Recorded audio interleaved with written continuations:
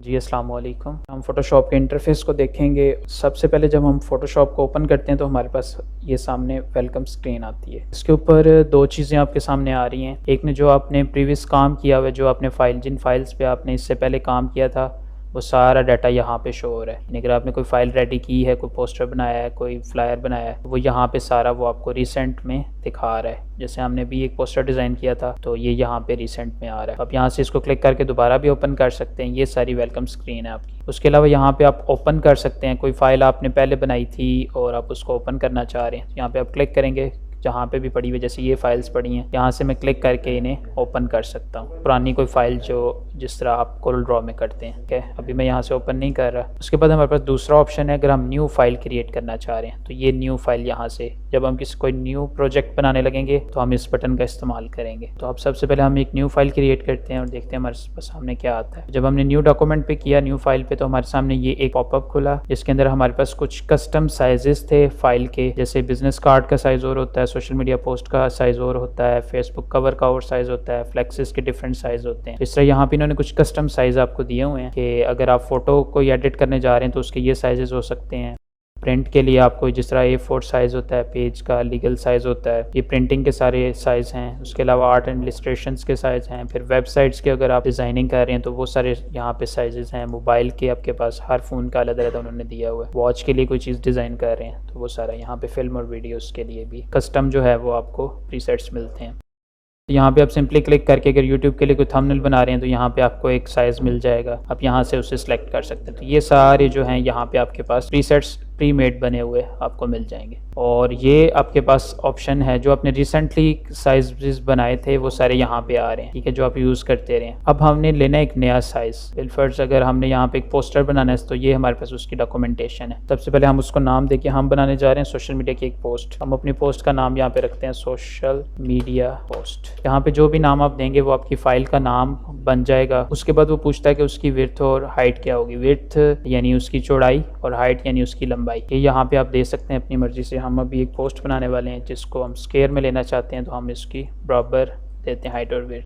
यहाँ से आप इसकी ओरिएंटेशन सेट कर सकते हैं। ये हमारे पास कुछ पैमाने हैं, पिक्सल्स है, इंचेस है, आप जो भी इसमें से यूज़ करना चाहें कर सकते हैं। ज़्यादा जो यूज़ होता है वो पिक्सल्स होता है सोशल मीडिया पोस्ट के लिए, और इंचेस फ्लेक्सेस वगैरह के लिए। उसके बाद आप यहाँ से इसकी ओरिएंटेशन सेट कर सकते हैं। आपको लैंडस्केप में बनानी है पोस्ट या फिर पोर्ट्रेट में बनानी है, आप दोनों तरह से यहाँ पे बना सकते हैं। उसके बाद रेजोल्यूशन है कि 1 इंच के अंदर आपके कितने पिक्सल्स आप दिखाना चाह रहे हैं। तो अगर आप सोशल मीडिया के लिए पोस्ट बना रहे हैं तो आप स्क्रीन के लिए काम कर रहे हैं तो आपको ये 72 रखेंगे यहाँ पे, और अगर आप प्रिंटिंग के लिए काम करने लगे हैं तो आपको इसको 300 करना पड़ेगा। ये दो हमारे पास रेजोल्यूशन के अंदर चीज़ें हैं, या तो आप 72 पे रखेंगे या 300 पे रखेंगे। 300 प्रिंटिंग के लिए होगा और 72 जो है वो स्क्रीन के लिए, सोशल मीडिया के लिए कोई पोस्ट बना रहे हैं तो उसके लिए यूज़ होगा। फिर हमारे पास कलर मोड हैं 2 जो मेनली यूज़ होते हैं। RGB जो है वो हम यूज़ करेंगे स्क्रीन के लिए, सोशल मीडिया के लिए। अगर आपने प्रिंटिंग का काम करना है तो हम फिर CMYK को इस्तेमाल करेंगे। ये 2 मोड यहाँ पे भी डिफरेंस है। उसके बाद आप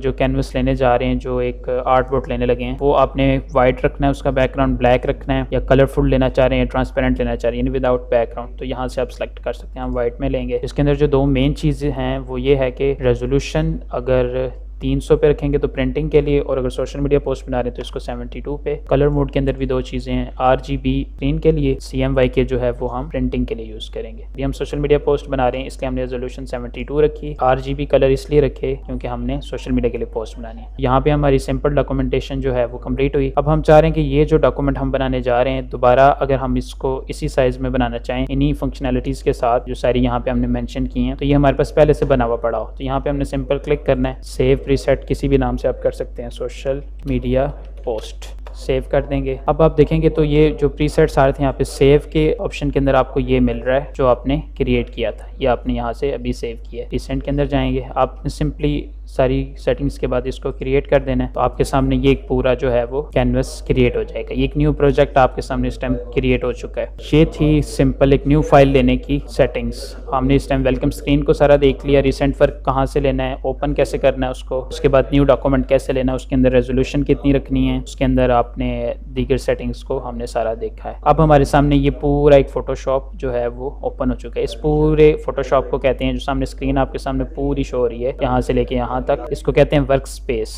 ये एक वर्क स्पेस है जिसके अंदर हम अभी काम करेंगे। इसके अंदर आप सबसे पहले जो आपके पास ये सारे टूल्स पड़े हैं लेफ्ट साइड पे, राइट साइड पे ये सारे पैनल्स हैं और ऊपर ये सारे मेन्यू बार। ये मेन्यू बार है, ये आपका प्रॉपर्टी बार है, ये टूल्स और ये सारे पैनल्स हैं और ये दरमियान में आपका कैनवस है जिसके ऊपर आपने काम करना है। तो ये तकरीबन 4 सेक्शन हैं, मेन्यू बार, प्रॉपर्टी बार, टूल्स, कैनवस और प्रॉपर्टी पैनल। सारे पैनल्स वगैरह आपके यहाँ पे आएंगे। तो ये बेसिक फोटोशॉप का इंट्रोडक्शन है। अब हम देखते हैं कि अगर हम न्यू प्रोजेक्ट ओपन करना चाह रहे हैं तो यहाँ से हम कंट्रोल एन करके यहाँ से न्यू ओपन कर सकते हैं। प्रीवियस कोई प्रोजेक्ट है वो यहाँ से ओपन कर सकते हैं। इस तरह बहुत सारे यहाँ पे आपके पास ऑप्शंस हैं।